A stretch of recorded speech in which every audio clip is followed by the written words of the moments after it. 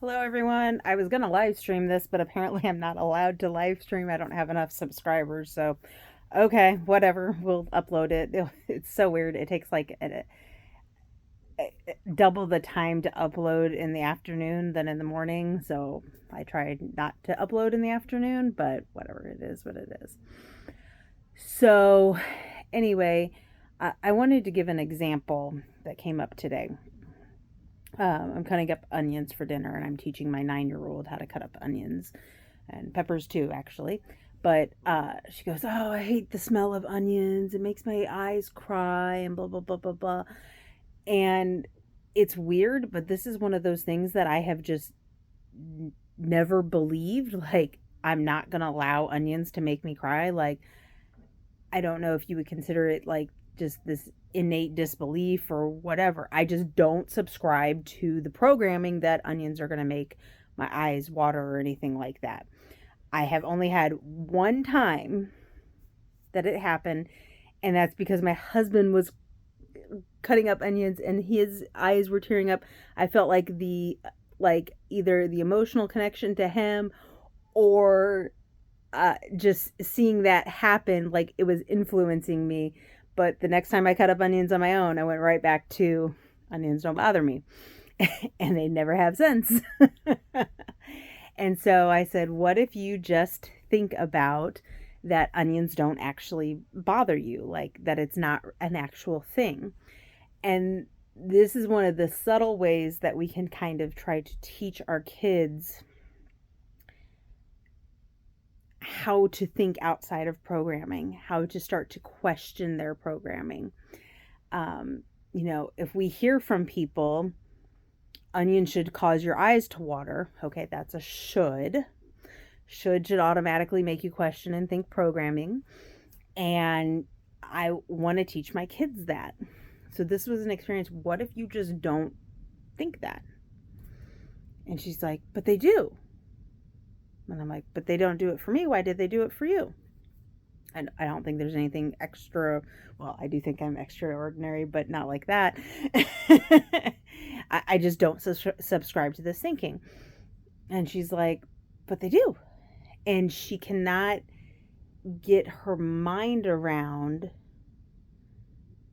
not thinking that. And so somehow, some way, I'm going to have to try to get through to her on another level to try to not only work on that kind of program, but just any other kind of program. And so that was just kind of a quick example that popped up in my day.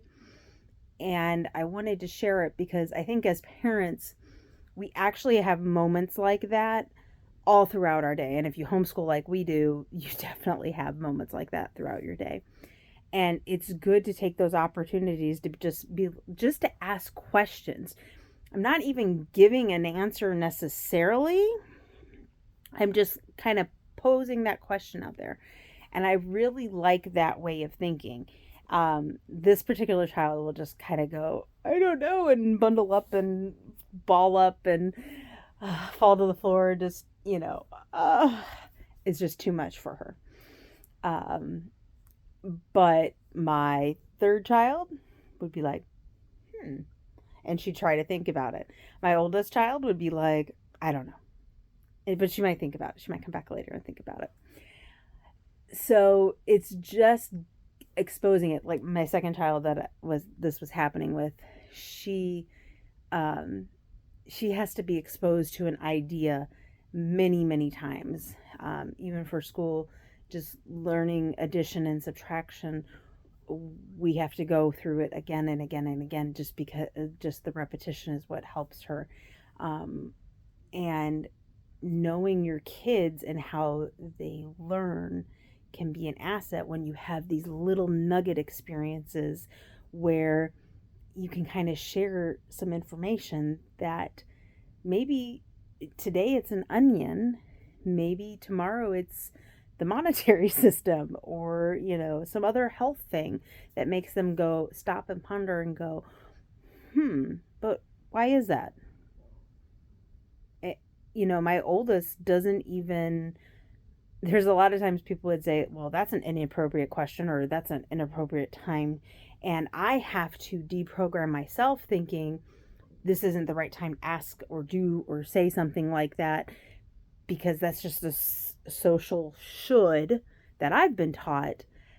But because of how we've raised them, she hasn't been exposed to necessarily.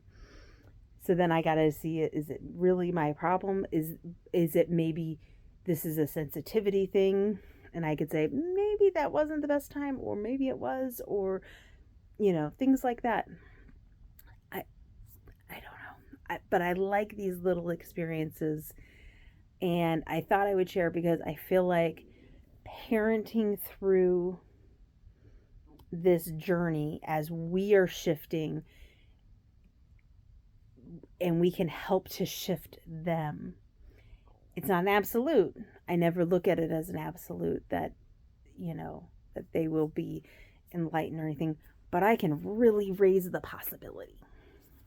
And the only way that I'm going to raise the possibility is if I expose them to different ways of thinking and thought. And so when you have those little opportunities, and that's something just very random. Almost everybody believes that onions cause your eyes to water. Like that's not a new concept, but it's something that I've literally my entire life have never subscribed to. Like I just like, what? Okay, yeah, whatever. So I don't know. Maybe it's some evolutionary thing with me and I'm just lucky, but I do think there's a certain amount. We know that the universe works off of energy and you can manipulate that. And so if I just say I'm not subscribing to this way of thinking, can I stop it from happening? Yeah. I have other moments in my life where people have talked about, I'm sick with this or that. And I'm going, oh God, that's in my brain. And then I start down that road and then I end up sick. And I'm like, I'm not surprised. I exposed myself to that way of thinking. So, and there's other times that I've stopped it because I'm like, nope, not looking at this. When somebody's like, oh, there's going to be bad weather and stuff like that. No, I don't want to see it. I will not, do not look at it, whatever. And most of the time it shifts past us. If, you can say, well, that's crazy. It's a coincidence. Okay, is it? Maybe it is. Maybe it's not. I don't know. But if you're a parent, especially, take those little nugget experiences.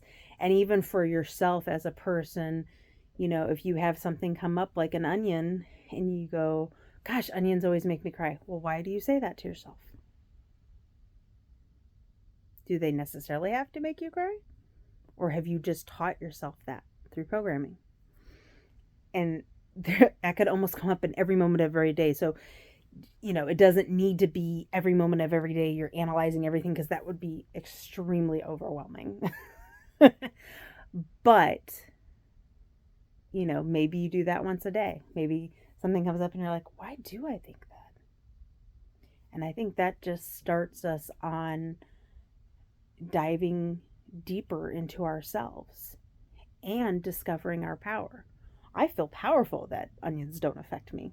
My husband's superpower is that he never gets sick, or almost never gets sick. And it's because he's always talks about himself. And I really do believe that he talks about himself like he is invincible, completely invincible. Like, I don't get sick. I don't get sick. I can literally, in the 20 years we've been married, he has maybe been sick 5 times. Maybe. And when he does, he's like over it like that. And I'll be sick for a week. But I've told myself my entire life that I'm a sick person, and that I, when I get sick, I am sick for a week. And, and those are things I've had to slowly deprogram. And I'm getting better. But it's easy to fall back into those habits too. So anyway, just wanted to pop on this afternoon and share that little nugget of information. And I hope you're having a great day.